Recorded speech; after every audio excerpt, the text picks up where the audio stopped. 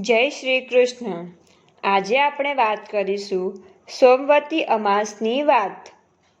જે દિવસે સોમવારે અમાસ આવતી હોય ત્યારે આ વ્રત કરવું. મહાદેવના મંદિરમાં જઈ પૂજા કરવી, ઉપવાસ રાખવો, પીપળાનું પૂજન કરવું. દક્ષિણમાં આવેલ કાંચીનગરમાં દેવસ્વામી નામે બ્રાહ્મણ રહેતો હતો. એ બ્રાહ્મણની પત્નીનું નામ ધનવતી હતું. દેવસ્વામી અને ધનવતીને 7 પુત્રો અને 1 પુત્રી હતા. 7 દીકરાઓને પરણ્યા હતા, પણ ગુણવતી નામની પુત્રીને યોગ્ય વર ન મળતા કુંવારી હતી. એક દિવસ એક બ્રાહ્મણ તેમના આંગણે ભિક્ષા અર્થે આવ્યો. 7 વહુઓએ તે બ્રાહ્મણને સંતોષકારક ભિક્ષા આપી. આથી બ્રાહ્મણે તેમને અખંડ સૌભાગ્યવતીના આશીર્વાદ આપ્યા.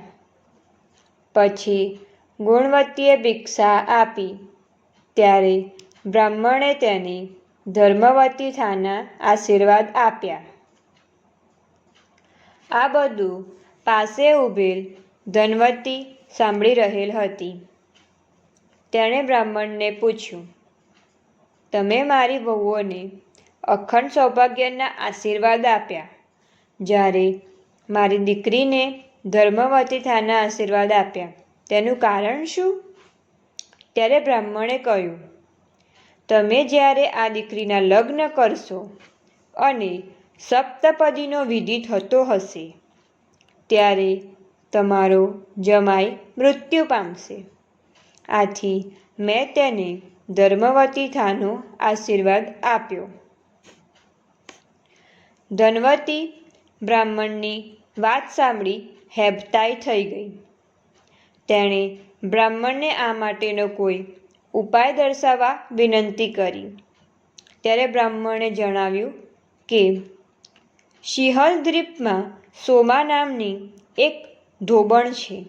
જો તે અહીં આવે અને તમારી દીકરી તેનું પૂજન કરે તો તે વિધવા થતી બચી જશે.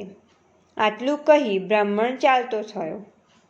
ધનવતીએ આ વાત પોતાના પતિને કહી. આથી દેવસ્વામીએ પોતાના પુત્રોને એકઠા કરી બધી વિગત જણાવી. મોટા 6 દીકરાઓ ચૂપ રહ્યા, પણ બધાથી નાનો દીકરો શિવસ્વામી પોતાની બહેનની સિંહલ દ્વીપ લઈ જવા તૈયાર થયો. ભાઈ બહેન સિંહલ દ્વીપ જવા ઉપડ્યા. અનેક સંકટો સહન કરતા તેઓ સમુદ્ર કાંઠે આવી પહોંચ્યા.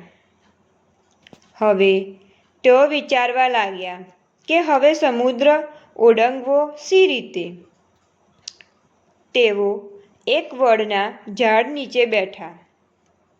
આ વડ ઉપર એક ગીધ પોતાના બચ્ચા સાથે રહેતું હતું. તેણે પેલા નિરાશ વડને બેઠેલ ભાઈ બહેનને જોઈને તેની પાસે ગયું. ખાવા માટે ખોરાક આપ્યો. પછી પૂછ્યું, તમે અહીં નિરાશ વડને શા માટે બેઠા છો? ત્યારે શિવસ્વામીએ ગીધને બધી હકીકત જણાવી. આથી ગીધે તમને બંનેને સમુદ્ર પાર લઈ જવાની જવાબદારી લીધી. બીજે દિવસ સવાર થતાં ગીધે એ બંને ભાઈ બહેનને પોતાની પંખ પર બેસાડી સમુદ્ર પાર કરીને સોમા ધોબણના ઘર પાસે લઈ ગઈ અને ઉતારી દીધા અને ગીધ પછી પાછું ફર્યું. બીજા દિવસે સવારે ભાઈ બહેન વિચાર કરતા હતા કે શું કરવું. તેમણે સોમા ધોબણનું આંગણું વાળી જુડીને સાફ કર્યું અને લીપીને પછી તેઓ સંતાઈ ગયા. સોમા સવારે ઉઠી અને બહારે નીકળીને આંગણું જોયું તો તેને આશ્ચર્યનો પાર ન રહ્યો. તેણે થયું કે મારું આંગણું કોને લીપ્યું? તે વિચારમાં પડી, પણ કંઈ સમજણ પડી નહીં. આમ ભાઈ બહેન નિત્ય સવારે સોમાનું આંગણું સાફ કરીને લીપવા લાગ્યા. સોમા સવારે ઉઠીને જુએ અને નવાઈ પામે. આથી સોમાએ આંગણું કોણ સાફ કરીને લીપે છે તે જાણવા માટે રાતના તે સંતાઈ રહી. રોજના નિયમ અનુસાર સવારમાં ભાઈ બહેન આંગણું સાફ કરીને લીપવા લાગ્યા. ત્યારે સોમા તેમની નજીક આવીને કહે છે, તમે કોણ છો? શા માટે મારું આંગણું લીપો છો? શિવસ્વામીએ કહ્યું, અમે બ્રાહ્મણના બાળકો છીએ. આ મારી બહેન ગુણવતીના નસીબે ચોરીમાં રંડાપો લખાયો છે. પણ તમે લગ્ન પ્રસંગે હાજર રહો તો મારી બહેનને રંડાપો આવતો અટકે તેમ છે. એટલે અમે તમને પ્રસન્ન કરવા આવ્યા છીએ. સોમા બોલી, તમે બ્રાહ્મણ થઈને મારા ઘેરનું આંગણું વાળો તેથી મને પાપ લાગે. તમે મારા અતિથિ છો. હું તમારી સાથે તમારે ત્યાં આવીશ.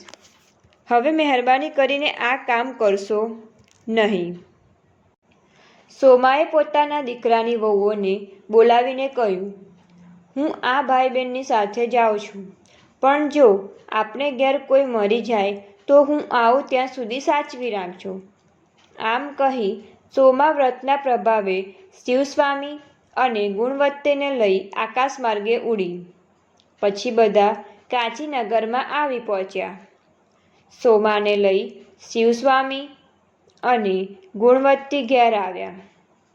ગુણવત્તીએ સોમાનું પૂજન કર્યું. પછી ઉજ્જૈનમાં રહેતા રુદ્રશર્મા નામના બ્રાહ્મણ સાથે ગુણવત્તીના લગ્ન ગોઠવ્યા. ચોરીમાં મંગળ ફેરા ફેરવવા માંડ્યા. ત્યાં તો રુદ્રશર્મા બેભાન થઈને નીચે પડ્યો. લગ્ન મંડપમાં અહીં ઉહાપોહ મચી ગયો. સોમાએ બધાને શાંત પાડતા કહ્યું, તમે ચિંતા ન કરો, ઈશ્વર જમાઈને હમણાં જ બેઠો કરશે. આમ કહી તેણે સોમવતી અમાસનું પુણ્ય ગુણવત્તીને આપ્યું. એટલે તરત જ રુદ્રાક્ષ બેઠો થઈ ગયો. બધાને આનંદનો પાર ન રહ્યો. ગુણવત્તી સોમાના પગમાં પડી. સોમા બધાની વિદાય લઈ પોતાને ત્યાં આવી નીકળી. તે સિંહલદ્વીપમાં આવી પહોંચી. રસ્તામાં એક બહેન કપાસનો ભારો ઉતારીને થાકી બેઠી હતી. તેણે સોમાને કહ્યું, બહેન, આ ભારો માથે ચડાવો ને. સોમાએ કહ્યું, મારે સોમવતી અમાસનું વ્રત છે. આથી કરીને હું તમને ભારો નહીં ચડાવું. આમ કહી સોમા આગળ ચાલવા લાગી. એટલામાં મૂળાનો ભારો લઈ જતી એક બાઈ મળી. તેણે સોમાને કહ્યું, બહેન, મારા માથા ઉપર ભાર ઉતારો ને. ત્યારે સોમાએ કહ્યું, આજે સોમવતી અમાસનું વ્રત છે. આથી કરીને હું તમારો ભારો નહીં ચડાવું. પછી સોમા આગળ ચાલી. ત્યાં રસ્તામાં પીપળો આવ્યો.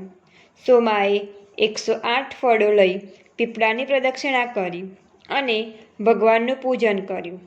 સોમાએ જ્યારે રુદ્રશર્માને સોમવતી અમાસનું પુણ્ય અર્પણ કરી પાણી વડે અંજળી છાંટી હતી તે જ સમયે સોમાના ઘરે બધા પુત્રો મરી ગયા હતા. બધા સોમાની વાટ જોઈને બેઠા હતા. સોમા આ બધું જોયું. તેને પીપળાની પ્રદક્ષિણા કરી વિષ્ણુ ભગવાનનું પૂજન કર્યું. હાથમાં સાકલ લઈ 108 વાર ફરી. ત્યાં તેના મરેલા પુત્રો સજીવન થઈ ગયા.